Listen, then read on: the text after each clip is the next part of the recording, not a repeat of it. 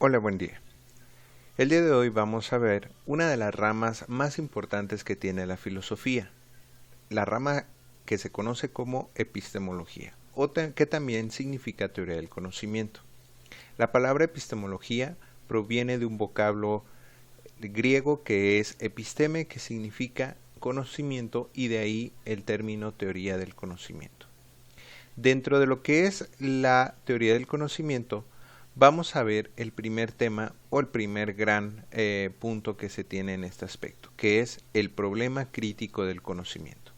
El problema crítico del conocimiento consiste en plantear adecuadamente las siguientes preguntas. En número 1, ¿es capaz el ser humano de conocer?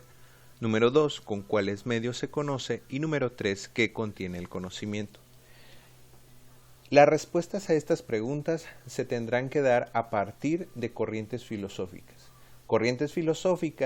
que empezaron a surgir para tratar de responder a cada una de estas preguntas a lo largo de la historia de la filosofía, a lo largo de la historia de la epistemología. Empezaremos a hablar acerca de la primera pregunta. ¿Es capaz el ser humano de conocer? Esta pregunta se conoce como la pregunta de la posibilidad del conocimiento. Y aquí vamos a encontrar dos corrientes filosóficas, que es el dogmatismo y el escepticismo. A partir de esta pregunta, con estas corrientes filosóficas, van a dar origen a muchas teorías, no nada más del ámbito filosófico, sino de muchas otras áreas del saber de manera general. En primer lugar, hablamos del dogmatismo. Cuando se les pregunta a los dogmáticos, ¿es capaz el ser humano de conocer?, ellos van a contestar con un sí. Ellos están de acuerdo que el ser humano puede conocer, que la posibilidad está presente, pero a su vez el dogmatismo se va a dividir en dos aspectos, el dogmatismo ingenuo y el dogmatismo crítico. Cuando hablamos del dogmatismo ingenuo, estamos hablando de que sí aceptan la posibilidad del conocimiento, pero que no necesitan esforzarse. En cambio, el dogmatismo crítico es una teoría dentro del dogmatismo que habla que sí se puede conocer, pero con esfuerzo. Dentro de lo que es el escepticismo, nos vamos a dar cuenta que estos, al responder la pregunta, ¿el ser humano es capaz de conocer? ¿Existe la posibilidad del conocimiento? Ellos van a afirmar que es un no, porque estas personas empiezan a negar que el ser humano puede conocer. A su vez, van a existir cuatro argumentos importantes que van a dar origen y van a dar fundamento a esta respuesta negativa de parte de los escépticos. En primer lugar, tenemos la parte de lo que es el primer argumento que es conocido o que se puede resumir en que las personas nos cuesta trabajo ponernos de acuerdo. Las contradicciones que hay entre las diversas propuestas que tienen los seres humanos siempre van a estar presentes. Así que no va a existir ningún asunto en el que todos estemos de acuerdo, y mucho menos con criterios que puedan ser eficaces y puedan ser suficientes para resolver todos los problemas. Por lo tanto, no lo va a haber ni lo habrá en un futuro. Es por eso que este argumento tiene cierta solidez, porque si no nos podemos poner de acuerdo gracias a la infinidad de puntos de vista, es por eso que no podemos llegar a conocer algún conocimiento de manera general y de manera definitiva. En el segundo argumento nos mencionan que los sentidos nos engañan. Todos los datos, los diversos elementos que nos ofrecen los sentidos siempre o con mucha frecuencia son erróneos. Entonces aquí podemos plantearnos la siguiente pregunta: ¿cómo se puede estar seguro de que lo que nos parece verdadero en verdad lo sea necesariamente? Por esta razón también este argumento tiene cierta solidez en el escepticismo, puesto que si no sabemos o estamos totalmente de acuerdo o tenemos la certeza de que lo que nos dicen los sentidos es real, ¿cómo podemos decir que obtenemos un conocimiento? En el tercer argumento, donde mencionamos que el conocimiento es relativo, cada conocimiento siempre va a depender de muchas circunstancias, ya sea de los puntos de vista, de los contextos socioculturales, de las estructuras mentales que pueda tener cada individuo. No se puede conocer algo que se aísle de ese contexto o de ese horizonte.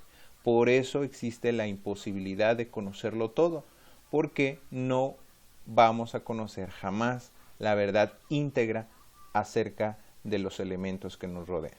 Y por último tenemos lo que es el diadelo. El diadelo es una cadena lógica de demostraciones. En este argumento, si una proposición, si un argumento o si una estructura es demostrada, entonces no hay ninguna razón para dejar de admitirla. Por eso empezamos a pedir, o se pide en el escepticismo, que todo sea con objeto de demostración, que todo sea demostrado. Pero ahí empezamos a tener problemas porque es muy complicado, muy difícil y hasta cierto punto agotador que podamos nosotros utilizar una cadena de demostración. Después tenemos la segunda pregunta de este problema crítico del conocimiento. Esta pregunta es, ¿con cuáles medios se conoce? Esta, como la anterior, también se le puede considerar como la pregunta del origen del conocimiento. Ya pasamos por la primera pregunta donde nos planteamos si podemos conocer, si existe la posibilidad de conocer. Como ya sabemos que sí podemos conocer, de manera limitada, de manera austera, de manera incompleta, pero podemos tener acceso al conocimiento, ahora nos toca ver cómo vamos a conocer, cuáles son los medios por los cuales vamos a conocer, cuál es el origen del conocimiento. En este sentido vamos a ver otras dos corrientes filosóficas, que es el empirismo y el racionalismo. Cuando hablamos del empirismo, estamos hablando de una corriente filosófica que de hecho más adelante en muchas de las ciencias de cualquier otra área vamos a encontrarnos muy recurrentemente. El empirismo habla que el origen del conocimiento va a estar basado en el sentido o en la experiencia. Obviamente nos suena muy conocido esta situación, puesto que la palabra empirismo proviene de un vocablo griego que significa experiencia sensible. Cuando a esta corriente se les pregunta, obviamente van a contestar que el origen de todo conocimiento es a partir de los sentidos o de la experiencia. En este sentido, obviamente a partir de esta parte muchas ciencias se van desarrollando, puesto que su fundamento de otras ciencias va a radicar en la cuestión de la experiencia que van teniendo, en la observación que van teniendo para todos los fenómenos que rodea dicha ciencia. Después tenemos lo que son el racionalismo. Dentro de este aspecto podemos interpretar que durante muchas épocas el racionalismo tuvo un auge muy fuerte y en este momento vemos por qué. Porque está presente dentro de esta segunda pregunta que es acerca del origen del conocimiento. A los racionalistas se les preguntan con cuáles medios se conoce y ellos van a responder que solo la razón es el medio y el origen decisivo del conocimiento humano. La única fuente de nuestro conocimiento es la razón. En este sentido podemos ver que el origen del conocimiento está de un lado por el empirismo defendiendo que solamente se basa por medio del sentido de la experiencia, y el racionalismo está desde el otro extremo manejando y defendiendo que la única forma de conocer es por medio de la razón.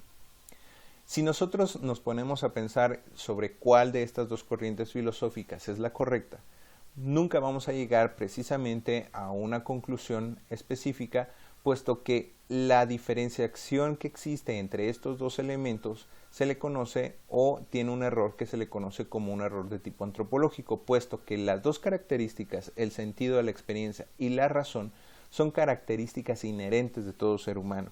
No las podemos separar, aunque para poder tratar de conseguir una respuesta en esta pregunta se separan, pero en la practicidad no podemos separarla, puesto que estas dos corrientes filosóficas son por sí solas y en conjunto van a ser el origen del conocimiento. Ocuparemos elementos para poder obtener un conocimiento, elementos que se basan en nuestros sentidos, en nuestra experiencia, pero también vamos a ocupar elementos de razonamiento.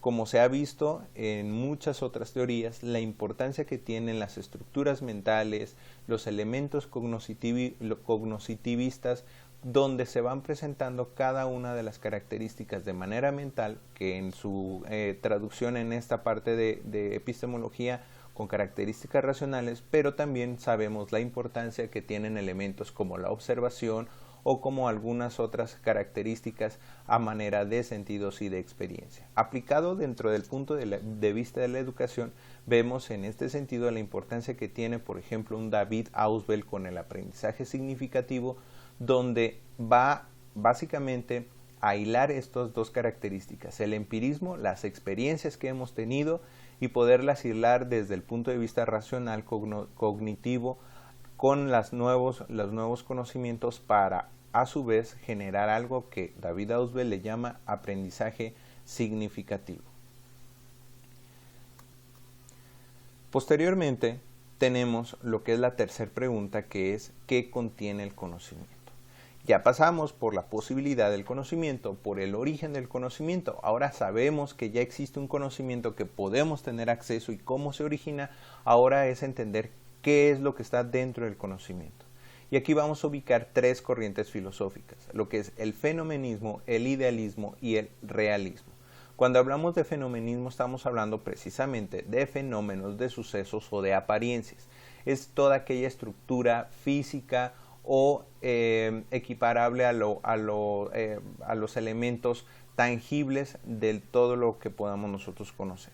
Después viene lo que es el idealismo. El idealismo, como lo menciona su nombre, es acerca de ideas o conceptos. Podemos conocer y conocemos solamente ideas y conceptos.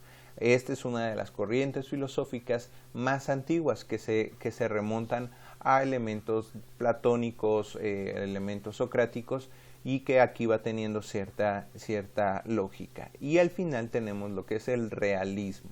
En esta parte me parece importante mencionar la importancia, lo sobresaliente de lo que es el realismo, porque aquí mencionamos que el realismo lo que contiene en el conocimiento para esta teoría es lo real. ¿Y qué es lo real? Surge esa pregunta. Y nosotros podemos hablar de que lo real es la hilación, la conjunción de elementos de apariencia, de elementos de fenómenos o sucesos, junto con las ideas o conceptos que tienen de ellos. Muchas veces pensamos que las cosas, los sucesos o las apariencias tienen una lógica por sí sola, pero esa lógica por sí sola aparece en el momento en el que se asocia con una idea o con un concepto, el idealismo, y de ahí surge lo real. Por lo tanto, el conocimiento, el contenido de nuestro conocimiento va a ser esta asociación entre elementos de apariencias y elementos de ideas o de conceptos. Muy bien, y con esto damos por terminado el tema que es teoría del conocimiento en el apartado de lo que es el problema crítico del conocimiento. Obviamente la epistemología, la teoría del conocimiento, tiene mucha más información y nos puede ayudar a entender mucho más a las ciencias que nosotros vamos estudiando, pero este es un primer problema que nos vamos a ir topando dentro de lo que es la epistemología. Queremos estudiar el conocimiento, pero primero necesitamos saber si ese conocimiento de verdad existe y cómo accedemos a él. Por eso, importante el ver este primer tema dentro de lo que es epistemología. Muchas gracias y espero que les haya quedado claro.